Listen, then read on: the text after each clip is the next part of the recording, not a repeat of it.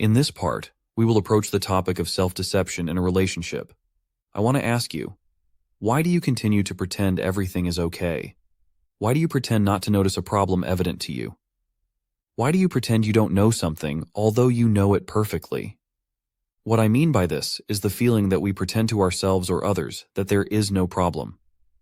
On the other hand, somewhere deep inside, we feel that we know the problem, while it is challenging for us to face it. There may be situations in which we pretend that our relationship is standard, while we feel lonely in this relationship.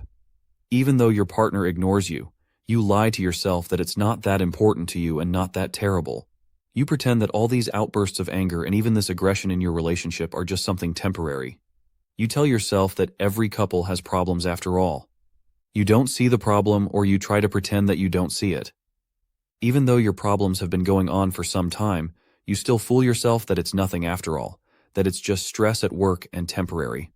On the other hand, you fail to notice that this unpleasant, gloomy, and even emotionally devastating atmosphere in your relationship has already dragged on for another year. Why do you pretend that your partner is not cheating on you at all? You don't want to notice it because you don't want to break up your family. Why do you pretend that this raised voice, constant criticism, and constant crossing of your boundaries is nothing at all? Why don't you perceive it as something that is emotionally hurting you, that makes you feel lonely in this relationship, and that this relationship is devastating you from all sides? Why do you pretend you have no say in this relationship? It doesn't bother you that your partner decides everything, and you have no say in this relationship. The other party dominates, sets the rules of your relationship together, and you pretend you don't see or mind all this. And here the main question arises: why do we so often pretend to ourselves that there is no problem? The solution is quite simple but also brutal.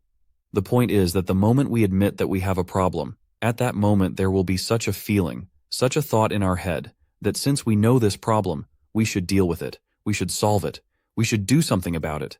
And this is what we fear the most. Because the moment we pretend to ourselves or others around us that we don't have a problem, such a problem doesn't need to be addressed. On the other hand, when we admit that we have this problem, we recognize that we have this problem. Well, something should be done about it. And this is what we fear the most. Very often, we think that there is some magical right moment to make such difficult decisions that somehow change our whole lives. We strongly believe there will be such a perfect moment when we make that decision, which will always be correct. But the problem is that this right moment, this magical, special moment, never comes.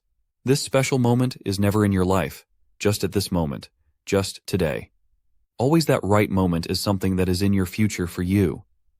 That's why you make this difficult decision of yours, waiting for that right moment, the best moment, the magic moment. You put off until tomorrow, the following Monday, the next month, and the new year. You postpone the moment you get a new job, when you can manage on your own, and so you wait for this difficult decision in the future. On the other hand, this future never comes because you don't feel that this is the right, unique, perfect moment.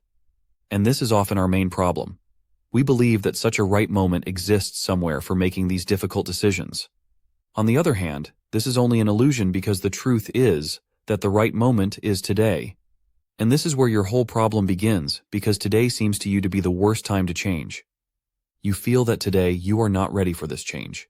And it is today, when you think about having to make such a decision, that anxiety arises in you, uncertainty arises, and doubt arises.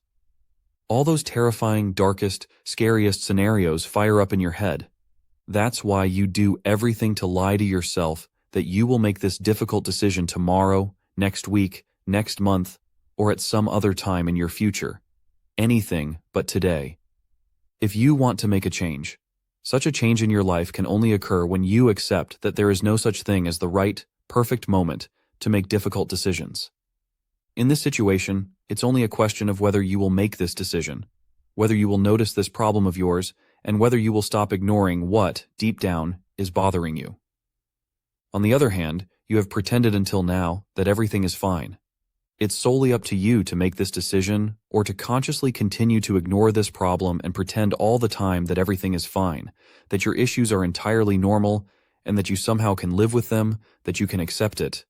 It's your decision whether you want to do something at this point or whether you still want to pretend that everything is okay, even though you feel strongly internally, even though your emotions show it, or your body, your thoughts, your psyche, that it's not okay after all. And remember one thing, you will never find the perfect moment to turn your life upside down. There is no time when you want to do it because it is challenging. It involves a lot of emotion, a lot of fear, and a lot of uncertainty. That's why you have to accept that we can't act perfectly. We have to accept that we won't be perfect. We will only make some of these critical and challenging decisions at the ideal moment, at the perfect time. We have to face all these problems today, with our baggage of experiences, difficult emotions, and the hardship of life that we feel now. Because the perfect moment will never come. On the other hand, today is the best time to make at least some attempt at change. If you realize and accept that there is no perfect moment to change, that such a perfect moment does not exist, remember that you can always act in the present, today, right in this moment, because that will give you tangible results. On the other hand, the fact that you delay this change, these difficult decisions indefinitely, into this future of yours, looking for that perfect moment, this is what is blocking you in life, what gives you some hope for change. And you live this hope that this next Monday next month, you will do something, change something, make a different decision, set a boundary. You will tell someone negatively affecting your life not to do it and tell them to stop. On the other hand, if you don't do it today, you won't do it next week or next month either. To change something in your life, you must start by taking the pressure off yourself that all the changes you want to make must be done at this moment. It seems to us very often that if we want to make some change, if we already decide to do it, if we gather this courage, this strength, and want to turn this life of ours upside down, it seems to us that all the problems must be dealt with at once, that all the unresolved issues up to now must be solved. When such pressure arises, we become impatient because once we have made this attempt at change, we all feel such discomfort. The moment we have decided to attempt change, this discomfort lasts until we begin to notice some results. We often can't bear this discomfort, so it's better to tell ourselves that this is not the right time for us to change. It would be better to look for another, better moment, that perfect moment. Or we try to tell ourselves that a particular technique or method of making a change in my life will not work in my case. And it is we who fall into this doubt. We give up precisely because of this impatience, pressure, and feeling of discomfort in this change, because we are expecting these results all the time. And so it's much easier for us to withdraw from the change and go back to our old lifestyle, patterns, habits, and ways of thinking. I invite you to the next section.